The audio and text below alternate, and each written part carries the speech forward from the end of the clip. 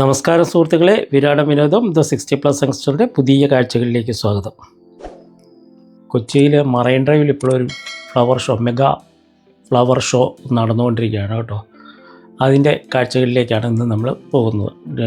November 22 മുതൽ December 7 വരെ എന്നാണ് ഇതിൻ്റെ സമയം കുറിച്ചിരിക്കുന്നത്. ഇതാണ് അതിൻ്റെ എൻട്രൻസ്.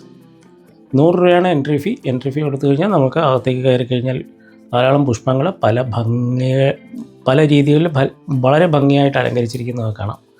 നമ്മൾ വന്നിരിക്കുന്നത് ഇപ്പോൾ ഒരു രാവിലെ സമയമാണ് കേട്ടോ, 5-ാം തീയതി രാവിലെയാണ്. അപ്പോൾ അതുകൊണ്ട് തന്നെ ഇത്തിരി തിരക്ക് കുറവുണ്ട്.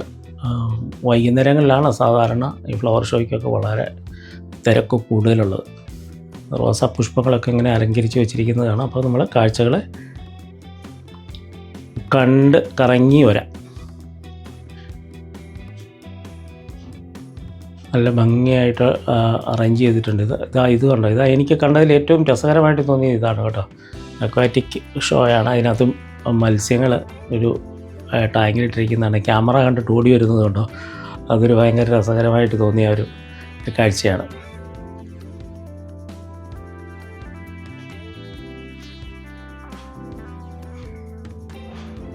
അതിൽ മറ്റൊരു രസകരമായ ഒരു കാഴ്ചയാണെന്ന് ഈ ഒരു കുടിൽ പോലെ കെട്ടി വെച്ചിരിക്കുന്ന ഒരു ഇൻസ്റ്റലേഷൻ ഭയങ്കര രസമുണ്ട്. അതുപോലെ ഈ വെള്ളച്ചാട്ടവും അല്ലെങ്കിൽ ഫൗണ്ടൻ്റെ കീഴിൽ കൂടെ നമുക്ക് നടന്ന് ഇങ്ങനെ പോകാനായിട്ട് സാധിക്കും. ഇതൊക്കെ കുട്ടികളൊക്കെ ഉണ്ടെങ്കിൽ വളരെ രസകരമായിട്ട് ആനന്ദിക്കാവുന്ന ഒരു സംഗതിയാണ്. ഇതും കൊള്ളാം. ഇത് പക്ഷേ അതിനകത്ത് പലതും ആർട്ടിഫിഷ്യൽ ഫ്ലവേഴ്സാണ്, പ്ലാസ്റ്റിക് ഫ്ലവേഴ്സാണ് അവിടെ ചെയ്തു വച്ചിരിക്കുന്നത്.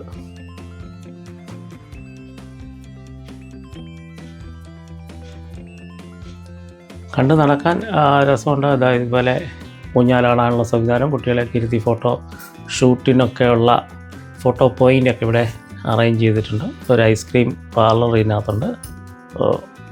പലതരം റോസാ പുഷ്പങ്ങളൊക്കെ ഓരോരുത്തരും നോക്കും, അതിൻ്റെ ഫോട്ടോ ഒക്കെ എടുക്കുന്നത് നമുക്ക് ഇങ്ങനെ കാണാം. വലിയ മത്സ്യങ്ങളെ ഇട്ടിരിക്കുന്ന ഒരു അക്വേറിയം ഇതിനകത്തുണ്ട്. അത് 2 സൈഡിലായിട്ട് ഇങ്ങനെ ഇട്ടിരിക്കുന്നത് കാണാം.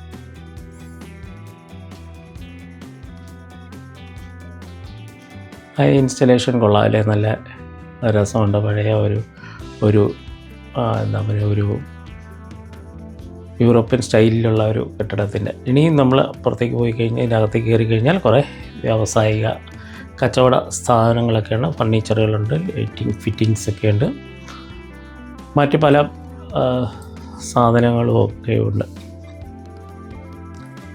ഓണായി വരുന്നത് രാജസ്ഥാൻ അച്ചാറുകളാണ് ഈ എടുത്തു വച്ചിരിക്കുന്നത്. പലതരം അച്ചാറുകൾ അവിടെ അറേഞ്ച് ചെയ്ത് വെച്ചിട്ടുണ്ട്.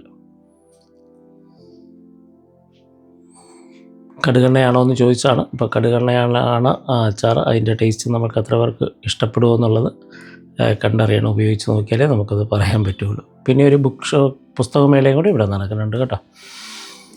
അങ്ങനെ പല ഹൽവയുണ്ട്, കോഴിക്കോടൻ ഹൽവയുണ്ട്. നമ്മളൊരു കോഴിക്കോടൻ ഹൽവയൊക്കെ മേടിച്ച് ഇട്ടാണ് പോകുന്നത്. അങ്ങനെ പല ആഹാരം. ഇവിടെ ഒരു ഡൈനിങ് ഏരിയയൊക്കെ ഉണ്ട്. അവിടെ നിന്ന് ഭക്ഷണമൊക്കെ കഴിക്കാം. രാവിലെ ആയതുകൊണ്ട് വലിയ തിരക്കില്ല.